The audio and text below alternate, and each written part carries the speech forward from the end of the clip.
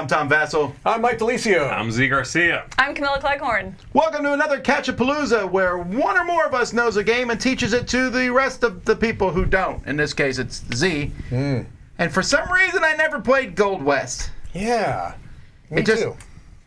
When this came out, Z grabbed it, threw it in his car. No, it just didn't happen. I just didn't play it. I don't know why. I don't have this recollection of my kidnapping Gold West.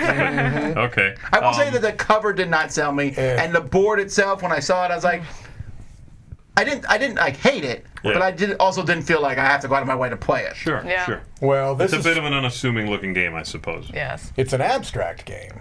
It feels In a very way, abstracted. yeah. It And is very mechanical. Yes. Right. So, Right. the theme is fine, but the cover and the board, I'm with you, Tom. It didn't drag me in. Now, I think since this game has been released, I've played more games by the designer that I've really liked, and so that may have made a difference too. What else has he done? World's Fair, Sentient. Okay. Got it. I Okay. like both of those games a Interesting, lot. yeah. I didn't realize those were his. Simple games, and I would Very clean games. I'd argue this is not a complicated game at all. No. No. But there's a few sort of. He's very good at like gears within gears. You know, so like me taking a thing off of the board affects my placement, the resources, my advancement on a area majority type of thing. It's like a single choice cascades. So Yeah, definitely.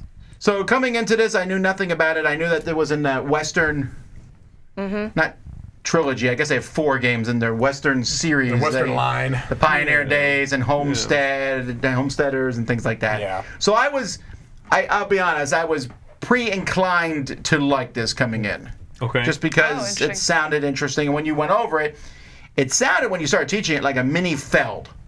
Now that I played it, it feels like a mini Feld. Except, Okay. By that Stefan Feld of designer. yeah, it feels a little bit. Simpler is not the right word. It's more direct than a Feld game. Feld games, I think, kind of hide what they're doing a little more. This is very, very like, once you describe the rules, and the rules are very easy to pick up. The Moncala thing, not so much. Not for me anyway. Well, for but one the of us at the rules table. were very simple, and I felt like, okay, I kind of feel like I know what's going to get me a lot of points. Can I make that happen? Right. You know? Yeah. I think it's interesting that you said you were pre-inclined to like this as you're looking. The more you learned about it. I think the more I learned about it, the more I was like, oh, I'm not going to like this. I think it was the opposite effect for me. I was Sure. like, oh. So yeah, I mean, I looked at the board. Well, one, I'm not really big into the Western theme, and then start looking at this, and I'm like, oh. And then I saw this track up here and this, and I was like, oh my gosh, it's going to be investments. I was like, so but then once you started explaining it, like you said, the rules are pretty clean, pretty easy to get. It was really just a matter of, I think we used the term multiple times, of the point salad, and just that decision making of, are you going to do a little bit of everything, or are you going to focus on one thing, and just kind of seeing how those gears work together, and choosing your salad. Yeah. Building your salad, I guess. The salad Building your bar. salad. Now that we played, though, I'm still not loving how it looks. I know that No. you laughed at me and Mike when we said this at the beginning, but I don't know that I love that the houses, the stone and the wood are black and green. I don't That love seems off to me, and I know they did that so they wouldn't clash with the gold, silver, and bronze. But even the gold, they could have made little gold bars. They could have made, I don't know, it just feels like they could have made those. I mean, the resources are too plain. Yeah, the board is plain. The resources are plain. This is because I'm sitting here, but that little bonus section is teeny tiny That was over hard. there. It is. Right. It is, yeah. And then I'm putting on it discs, and when I'm done, it's just like there's those little cool stagecoaches. Those are cool. The only thing that's screen And that's printed the in the only game. Yeah. thing. Everything Right. else is big numbers, easy to play. Yeah. But it also feels like it's just a little bit more than a prototype looking at it. Oh, Yeah. interesting. I think a board looks great.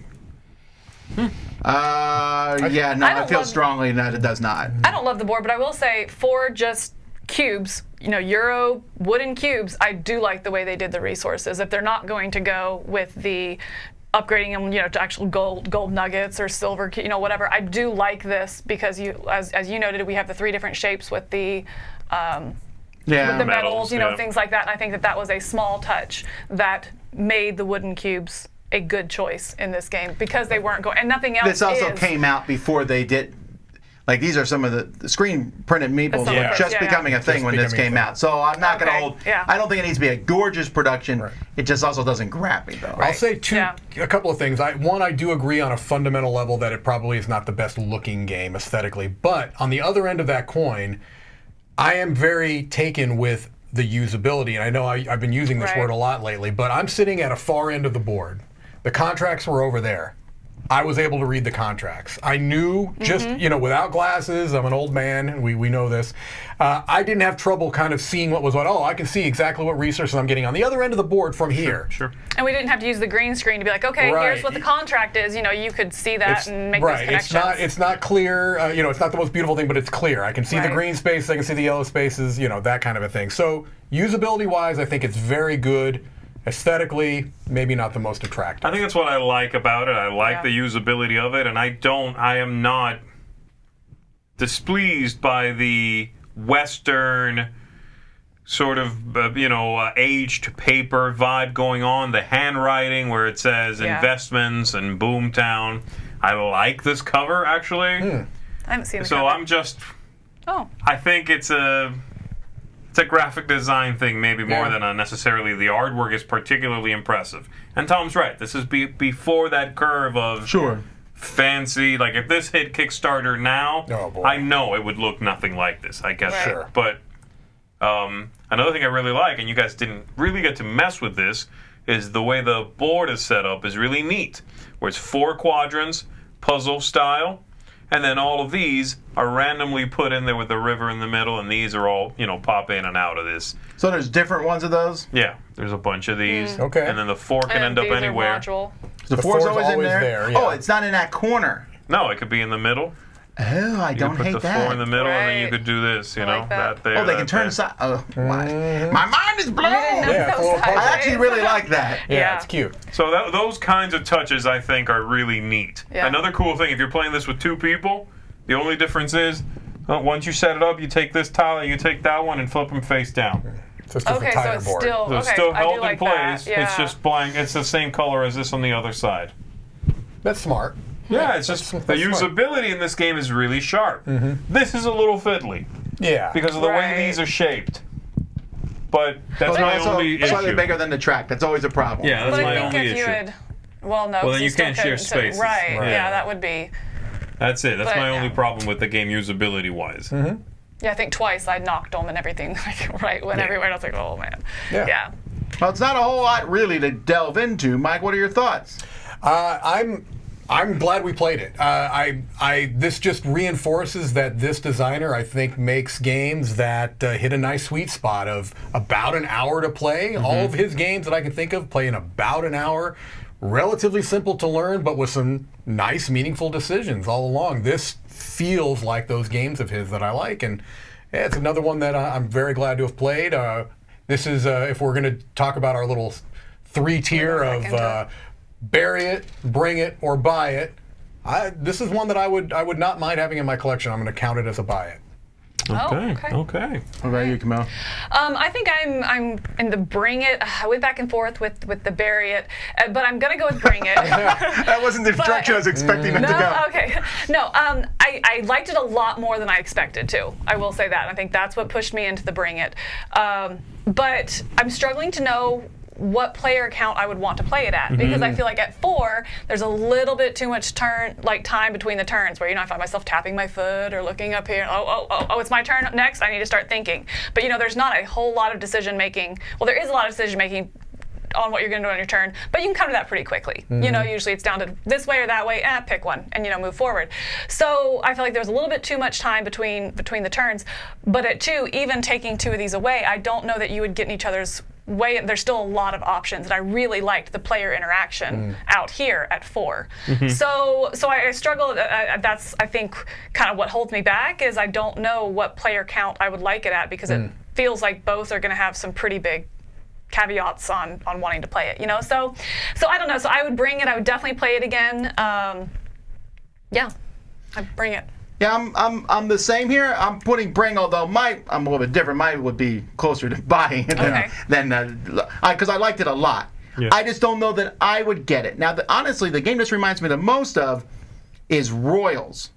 And that's because in Royals, you were putting out area control, and you get these big point tokens, and it has that same kind of feel, like big point tokens and this tokens. And then also at the end of the game, points. And I don't mind that. If it's a smaller game. For some reason, the point salad bothers me less when the game's not even pretending. This game is like, you're getting points. Yeah. And there's nothing here that's particularly innovative, except this track is a little innovative, and that's my favorite part of the game. I like that concept. I like seeing how far you can go. I do wonder if this should have been 4 points. That would have been a tricky thing to decide to go down there. Because I don't think I ever used that. The 3-point thing is 1 more point. Yeah. I don't know that changes my decision there as much. But I liked it. I thought it's interesting. I don't know how often I would want to play this. Sure. That's why I'm having it bring as the buy, because I felt like we played only once here, and I've seen a lot of the game. Oh, sure. Yeah. I mean, you mentioned you can change this stuff. That's cool. But I would play different. kind of the same way. But for a light, let's get together and play. Light's a strong word. I'm not saying the game's light, but I don't need to expend a lot of energy playing this. It's just fun. Yeah. Yep. Yeah. So you're still keeping it? Yeah, no, I really like it. I do really like it. I think it's you guys talked about being a kind of a Feldian sort of point salad kind of game. That's exactly what it is. It's just a little more palatable to me than sometimes his games end up being. Right, I think agree. sometimes his brain just works in the way it works, and I start to trip up on what points come from where and why. And you're referring to Feld at this point. Feld, yes, that's what I'm talking about. I'm talking about things like Trajan that feel unwieldy to me. This does not. This feels like he took whatever he came up with, this designer here, and stripped away things and simplified and combined ideas. I wouldn't want it any simpler than this. Right. But there's nothing extra. Right. And that's how that feels to me. Everything ties to something else, and it's just clean. He is, J. Alex Kevern is very, very good at clean Euro games. It feels very, like we said, point salad, but without being that AP prone. That Right. analysis paralysis prone. So That yeah, it's I like, point salad, yes. but it's Yeah. not like, hold on, 63 choices. I don't know. Let me hyperanalyze every one. You don't have that feeling. Yeah, I don't find any bloat in this that leads Right. to that for me. So, yeah, for me, this is still a buy. I very much enjoy this. I rate this quite highly. Well, there you go, folks. That's Gold West. Thanks for watching Catchupalooza. Until next time, I'm Tom Vassell. I'm Mike DeLisio. I'm Z. Garcia. And I'm Camilla Cleghorn. Go West, young man. Gold West. Go. Gold. Just go Right on. here. Just read the title.